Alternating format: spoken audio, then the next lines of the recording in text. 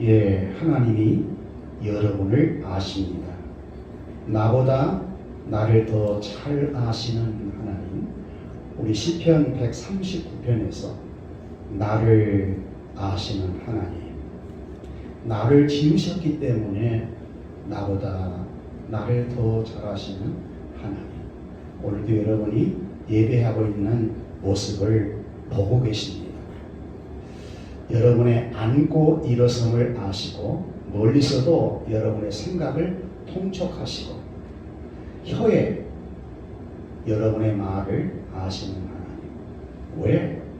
여러분을 하나님이 만드셨고 지으셨기 때문에 나보다 나를 더 잘하시는 하나님. 잘하시는 하나님이 여러분의 하나님이십니다. 여러분을 잘되게 해주시기를 원하시는 하나님. 그 하나님을 한 주간 만났습니까?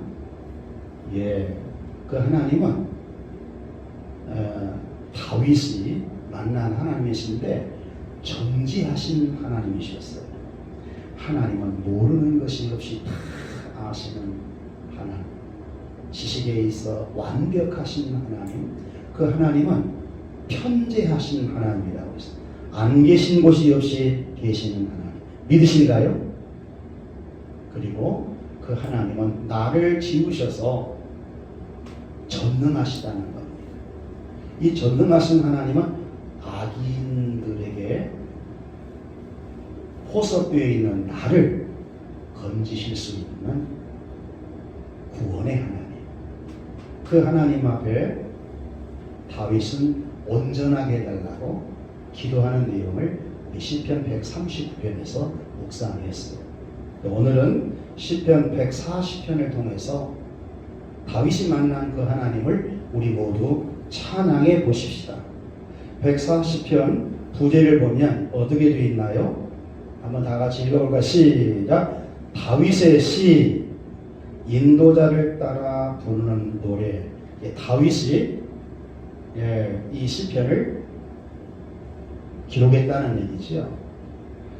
인도자를 따라 부르는 노래라고 하는 말은 찬양 대장이 부르면 따라서 부르는 노래. 여러분들에게는 찬송가와 같아요. 구약시대에 하나님의 언약 백성들이 하나님께 찬양했던 그대로의 내용이 140편이라는 것입니다. 오늘 140편은 악인의 위협으로부터 구원해 주시기를 간구하는 시편입니다. 구원의 권능을 찬양하는 시. 하나님은 저와 여러분을 이 죄악 가운데서 구원하실 뿐만 아니라 하나님은 악인들의 여러 모양의 공격으로부터 위협으로부터 우리를 구원해 내실 수 있는 그런 하나님. 그 하나님에 대한 찬양이라는 거예요. 시편 140편 1절부터 5절 보면 다윗이 굉장하게 위험한 상황 속에 악인들의 모함 속에 있었던 것을 보게 돼요. 자, 1절 한번 다 같이 읽어볼까요? 시작! 여호와여 악인에게서 나를 건지시며 포악한 자에게서 나를 보존하소서. 2절에도 보니까 마음속으로 악을 꾀하고 싸우기 위하여 매일 모이오며. 3절에 뱀같이 그 혀를 날카롭게 하니 그 입술 아래에는 독사의 독이 있나이다. 하나님은 전지하신 하나님이신데 악인들이 악한 일을 꾀하는 모든 것도 다 보고 알고 계신 하나님. 그런데 그 악인들로 인하여서 다윗이 무척이나 고난을 당하고 있어요. 매일 다윗을 잡아 죽이려고 어떠한 배경을 깔고 이 시편을 기록했는지는 자세히 나와 있지 않지만 사울 왕이 다윗을 죽이려고 했을 때 얼마나 피해 다니면서 고난을 많이 당했는지 몰라요. 아무튼 다윗의 주변에는 악인들이 포섭되어서 날마다 죽이려고 꾀하고 있다는 것입니다. 악인들로 인하여서 보존해달라고, 구원해 주시고 온전하게 좀 보호해달라고. 여러분들이 고난을 당하는데 사람으로부터 고난당한다고 생각해 보세요. 여러분을 관계가 나빠질 정도가 아니라 여러분을 죽이려고 한다고 생각해 보세요. 날마다 모함한다고 생각해 보세요. 하루하루 삶이 얼마나 힘들고 버거울까. 고난당하는 이 고난이 다양하게 올 수 있지만 사람들로부터 당하는 고난이 큰 고난이거든요. 다윗은 사울 왕이 장인인데 다윗을 죽이려고 했어요. 얼마나 힘들었을까. 또 사울 편에 서 있는 힘 있는 자들은 한패가 되어서 사울 왕을 따라 3,000명들이 다윗을 죽이려고 따라가는 거거든요. 그러니까 얼마나 힘들었을까. 하나님이 그렇게 사랑하는 다윗도 이런 큰 고난을 당하게 하시는구나. 여러분도 고난의 학교에 이미 입학되어 있어요. 여러분이 이 땅에 신앙생활 한다고 하는 것은 고난의 학교에서 입학되어서 여러 모양의 고난을 통과해야만 돼요. 그래야 약속의 땅 하나님의 나라 천국에 갈 수 있는 것이거든요. 그런데 인간 관계가 나빠지면 참 어려운 고난이에요. 특별히 여러분을 비호하고 여러분을 막 죽이려고 날마다 악인들이 꾀를 부리고 그럴 때 잠이 오겠어요? 오지 않겠잖아요. 3절에 보면 독사의 표시를 해요. 뱀같이 그 혀를 날카롭게 하니 그 입술 아래에는 독사의 독이 있나이다. 마치 독사가 혀가 두 개잖아요. 날련날련 하면서 물으면 죽는 거예요. 막 그런 것처럼 자기를 죽이려고 한다는 거예요. 그러니까 인간 관계가 굉장히 아파 있는 관계죠. 고통. 다윗이 잘못해서 이런 고난을 당한다면 받을 수 있지만 다윗이 당하는 고난은 의로운 고난이거든요. 이런 상황에 있을 때 다윗이 할 수 있는 길은 기도밖에 없는 거예요. 4절 여호와여 나를 지키사 악인들의 손에 빠지지 않게 하시며 나를 보존하사 포악한 자에게서 벗어나게 하소서. 그들은 나의 걸음을 밀치려 하나이다. 이런 관계가 나빠지거나 정말 악인들로 인하여서 포섭되었다면 우리가 할 수 있는 일은 힘이 없잖아요. 다윗은 쫓겨다니기 때문에 당시에 힘이 없어요. 그런데 오직 동서남북에 꽉 막혀도 터져 있는 곳이거든. 하늘. 하나님이 살아계시니 기도하더라는 거예요. 그렇습니다. 하나님은 신실하신 하나님이기 때문에 약속을 반드시 지키신 그분은 능력이 있으니까 여러분의 간구를 들으시고 구원해 내신다는 거예요. 다윗은 그 하나님을 노래하고 있는 것입니다. 구원의 권능을 노래하고 있어요. 교만한 자가 나를 해하려고 올모와 줄을 놓으며 길 곁에 그물을 치며 함정을 두었나이다. 악인들은 대부분 교만해요. 올모와 줄을 놓고 또 웅덩이를 파놓고 그 위에 덮어서 빠지게 하려고 별 수단과 방법을 다 동원해서 다윗을 잡아서 죽이려고 한다는 겁니다. 이런 상황 속에 있을 때 다윗이 할 수 있는 길은 기도하는 길밖에 없더라고요. 전능하신 하나님, 나를 너무나 잘 아시는 하나님, 하나님은 나를 지으신 창조주시니까 하나님은 이런 상황 속에서 구원해 드릴 수 있습니다. 악인들은 하나님이 심판주이기 때문에 죽일 수 있습니다. 우리 시편 139편에서 보았거든요. 19절 보면 시편 139편 19절에 보면 하나님이여 주께서 반드시 악인을 죽이시리이다. 악인을 심판하시고 의인에게 상 줄 수 있는 분은 오직 여호와이시거든요. 우리 시편 1편을 150편에 대한 서론이기 때문에 여러분 모두가 하나님은 시편 1편이 되어지기를 원하거든요. 복 있는 사람은 어떤 사람이냐? 의인은 어떤 사람이냐? 행복한 사람은 어떤 사람이냐? 돈 많은 사람이냐? 성공한 사람이냐? 이 땅에 인기 있는 사람이냐? 권력을 갖는 사람이냐? 명예가 있는 사람이냐?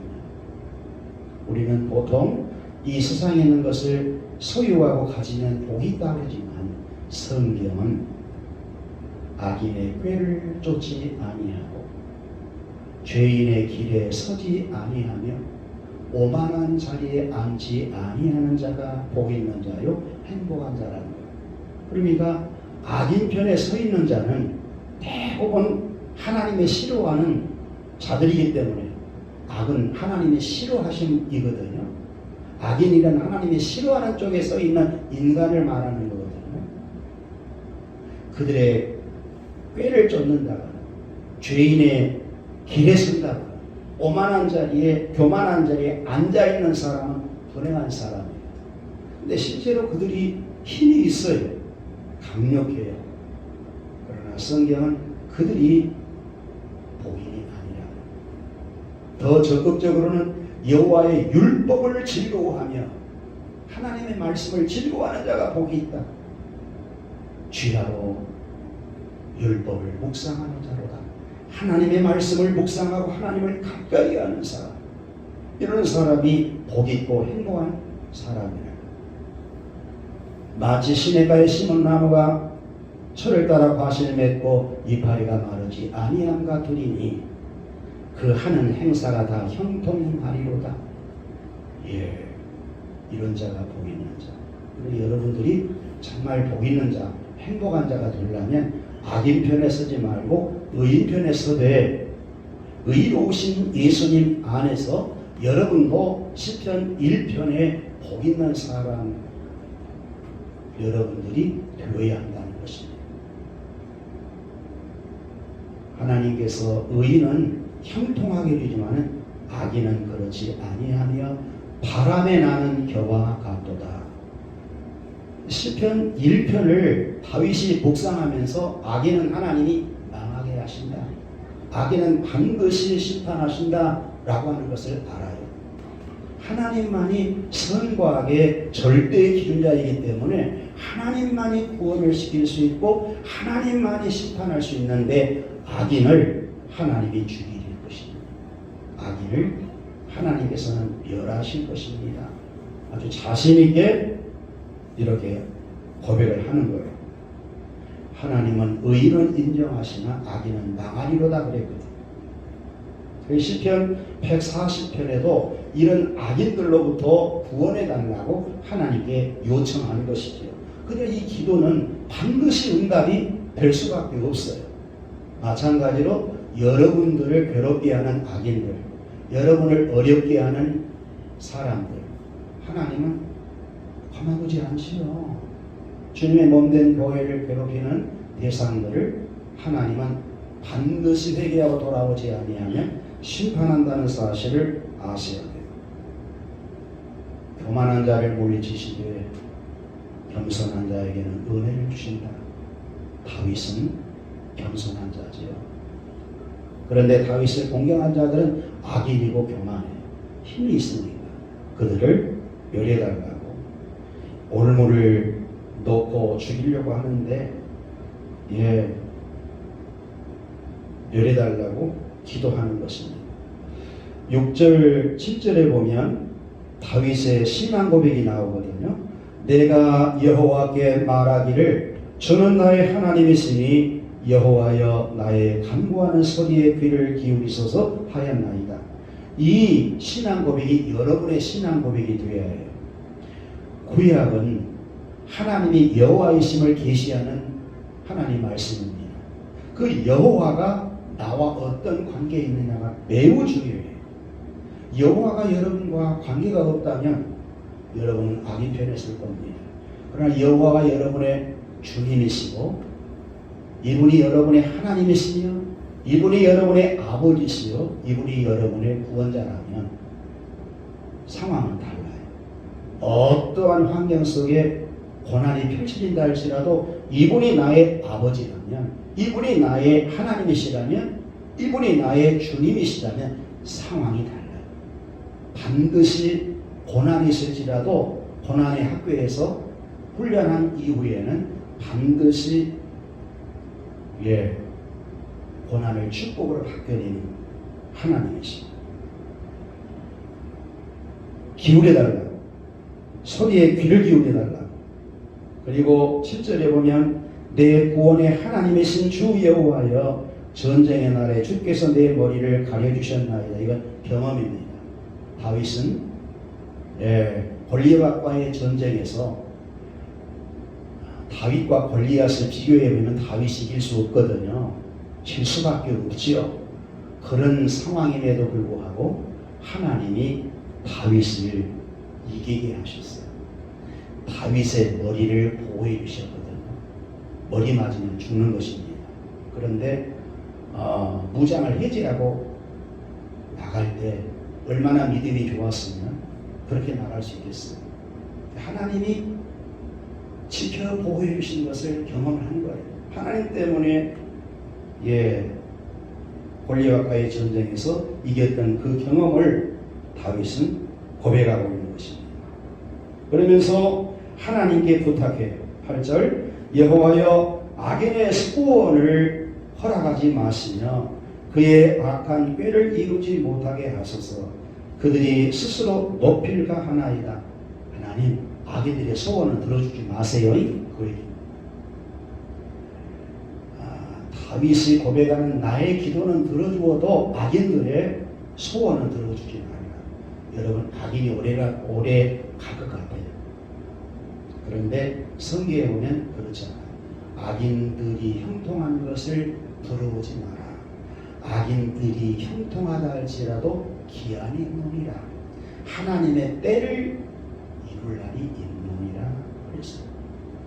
의인들은 악인들의 형통, 하나님을 떠나 사는 사람들이 자랑하는 그런 자랑을 절대로 부러우지 말아야 돼요. 그들이 자랑하는 돈도, 그들이 자랑하는 성공도, 그들이 자랑하는 이 땅 위에 있는 무엇이라도 부러울 것 없어요. 그들이 가지고 있는 것은 잠깐이에요. 기한이 있는 거예요.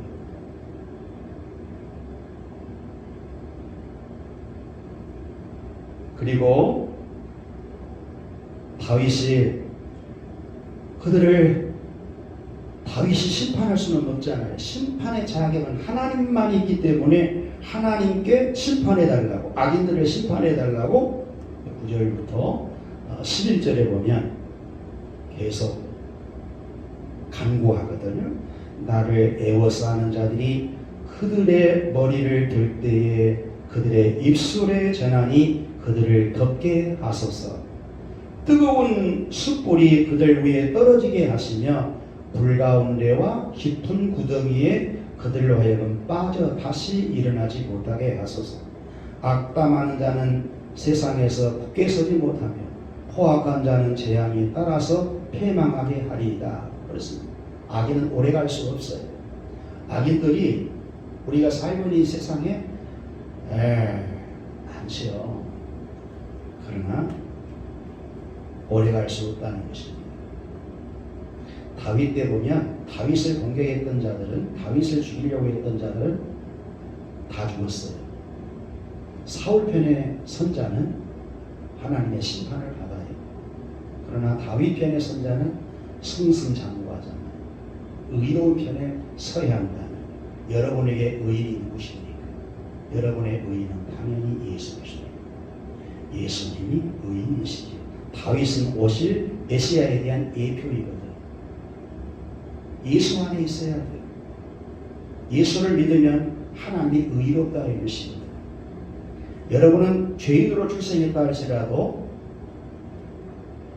하나님은 창세전 그리스도 안에서 여러분을 예정하셨다고 했어. 하나님이 여러분의 형질이 만들어지기도 전에 하나님은 벌써 예수 안에서 여러분을 예정하셨다. 사람 가운데 거룩하고 흠이 없게 하여 아들들이 되게 하셨으니 그랬어요. 신비일 일이죠. 우리 주 예수 그리스도가 하나님의 신비입니다. 예수 그리스도 안에서 저와 여러분을 선택했기 때문에 우리 조상 아담이 불순종해서 우리가 죄인으로 나왔을지라도 예수님은 자기 백성들의 죄를 구속하기 위해 십자가에 죽으시고 부활을 하셨거든요. 그럼 예수 안에 있는 우리의 죄와 허물과 사망과 우리의 부정과 저주는 그리스도 안에 끝났어요. 우리는 죄인이 아니라 의인이 되었으니 너를 의롭다. 모든 사람이 죄를 범하였음에 하나님의 영광을 잃을 수 없는데 우리 주 예수 그리스도의 구속으로 말미암아 하나님의 은혜로 값없이 공짜로 거저 의롭다 하심을 얻는 자 되었느니라. 로마서 3장 23절 24절. 우리는 태어날 때 죄인으로 출생해서 온통 하나님의 의를 힘입을 수 없었는데 우리 주 예수 그리스도의 구속으로 말미암아 은혜로 값없이 죄였다 하심을 얻는 자 되느니라. 그러므로 의로우신 예수 그리스도 안에 거듭난 자는 의인이 되는 거예요. 하나님은 여러분을 의롭다. 할렐루야. 오늘 예배하는 여러분을 의롭다. 서로 고백하세요. 의롭습니다. 의인이라는 거예요. 의인은 망하는 법이 없어요. 의인이 이 땅에 고난을 당한 것 같지만 그것도 기한이 있어요. 하나님이 정해 놓으신 기한, 고난도 기한이 있는 거예요. 이스라엘 백성들이 광야에 40년 학교에 입학해서 훈련받지만 40년이라고 하는 고난의 기간이 있어요. 끝나면 약속의 땅 가나안에 들어가는 겁니다. 우리도 이 땅 위에 고난의 학교에 입학했으면 시련을 받아야 돼요. 1차, 2차, 3차의 시련을 받는 것처럼 우리도 시련이 있어요. 그러나 그 시련은 여러분을 복이 되게 하는 것입니다. 다윗은 악인으로부터 하나님이 구원해달라. 전능하신 하나님, 구원의 하나님 구원해주세요. 그리고 그들은 하나님이 다 알고 계시지 않습니까? 그들을 다 심판해주세요. 그렇게 기도하고 난 이후에 뭐라고 마지막 여러분에게 전하고 싶은 말씀은 12절부터 13절이에요. 이게 굉장히 중요한 메시지입니다. 하나님이 악인들을 심판해 주실 줄 믿습니다. 하고 믿음으로 그동안 기도했다면 12절 내가 알거니와 여호와는 고난당하는 자를 변호해 주시며 궁핍한 자에게 정의를 베푸시리이다. 시리이다. 결혼을 딱 맺어요. 예, 고난당한 자를 변호해 주시는 하나님. 다윗은 이 고난 때문에 출출한 인물이 된 거예요. 고난의 학교에 입학하면 힘들어도 고난을 통과하고 난 이후에는 걸작품이 돼요. 뭐가 작품이 될까? 사람이 만들어져요. 고난 없이는 사람이 안 만들어져.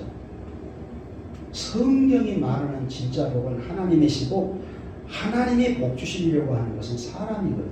사람을 죄를 의인 만드는 것이고 의롭게 살아갈 수 있도록 사람을 회복을 시키셔서 하나님의 나라 천국에서 그리스도의 신부로 하나님과 동일한 입장에 살아갈 수 있도록 우리를 만드시거든. 하나님이 정말 여러분에게 복을 주시기를 원하는데 진짜 복이 무엇일까? 너 구원받고 네가 의로워지는 것이다. 온전한 것이다. 네가 예수 그리스도를 닮아서 하나님의 형상을 갖고 이 땅에 살다가 하나님이 주신 사명 감당하면 오는 것이다. 여러분, 우리는 광야에서 오래 사는 게 아니에요. 광야도 끝날 날이 있어요. 하나님의 나라 영원한 천국이 영원히 살 처소인 것입니다.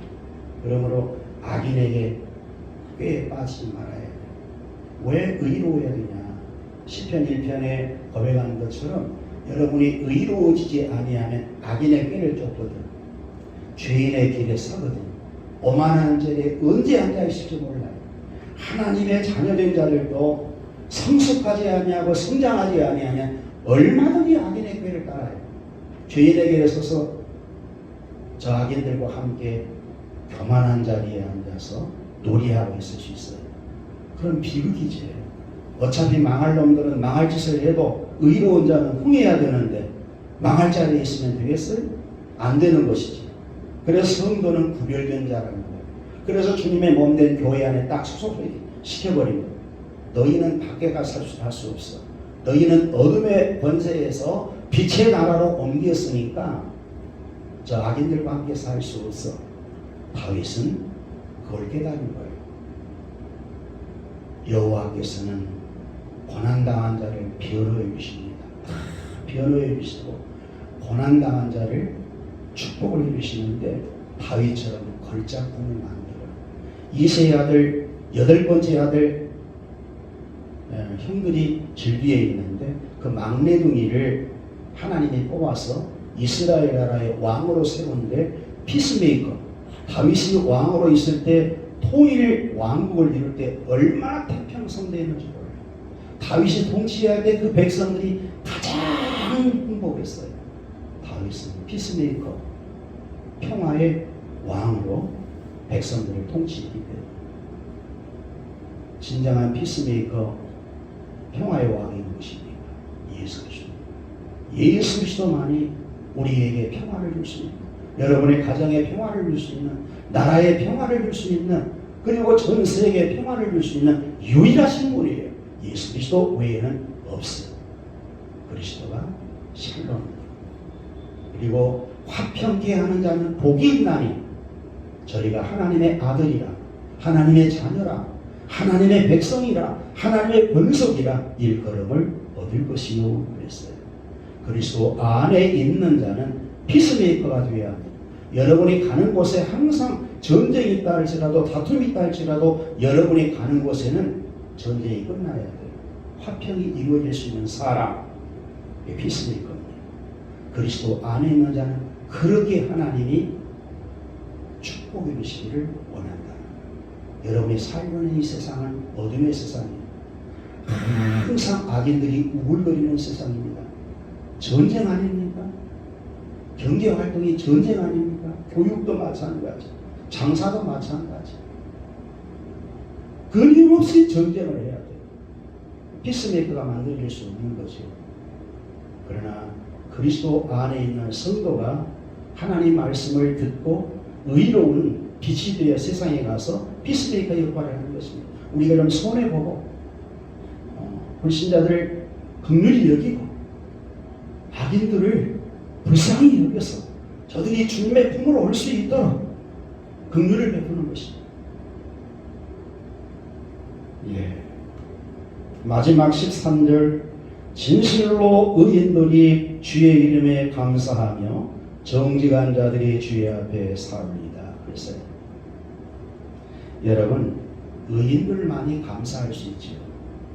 악인들은 아무리 사울 왕이 이스라엘 나라의 초대 왕이 되었다 할지라도 감사할 줄 몰랐어요. 감사할 줄 모르면 기뻐할 수 없는 것입니다. 감사할 수 있는 사람은 기쁨 있는 사람이에요. 기쁨 있는 사람은 감사를 하는데 감사가 많이 나오는 사람일수록 행복지수가 높아요. 욕심이 많으면 감사가 적게 나오거든요. 왜? 만족이 없습니다. 여러분, 예수 그리스도의 한 분만 갖고 만족할 수 있는 사람이란 정말 대단한 행복하십니다. 다윗은 하나님께 감사하고자 의인들이 하나님의 이름을 감사합니다. 시편 우리 136편에도 배웠지만 감사의 시 아니에요? 여러분의 입술에 정말 감사가 넘치게 나온다면 여러분은 의인이고 여러분은 행복한 사람이에요. 마지막 정직한 자들이 주 앞에 살리다 그랬어요. 이 의인이나 정직한 같은 뜻이거든요. 의인이 정직하지 악인들이 정직할 수 없거든요. 악인들이 거의 거짓말로 살아요. 양심으로 살지를 못해요.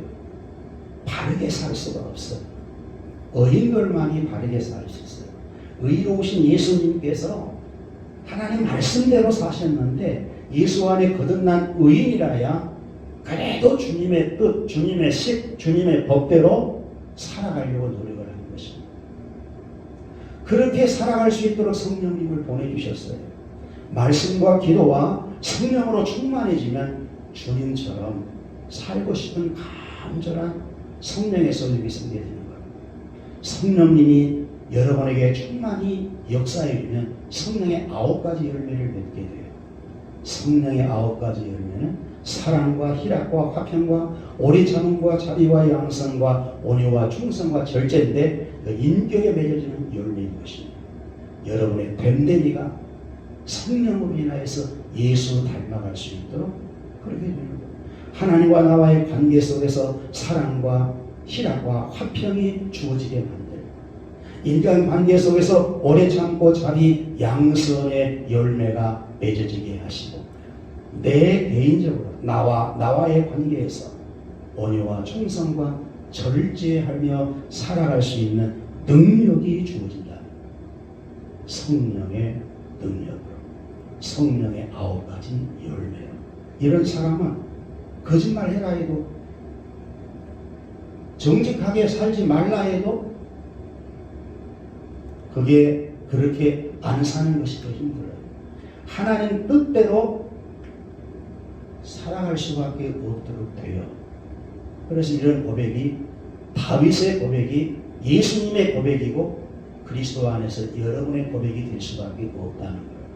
여러분과 상관없는 것이 아닙니다.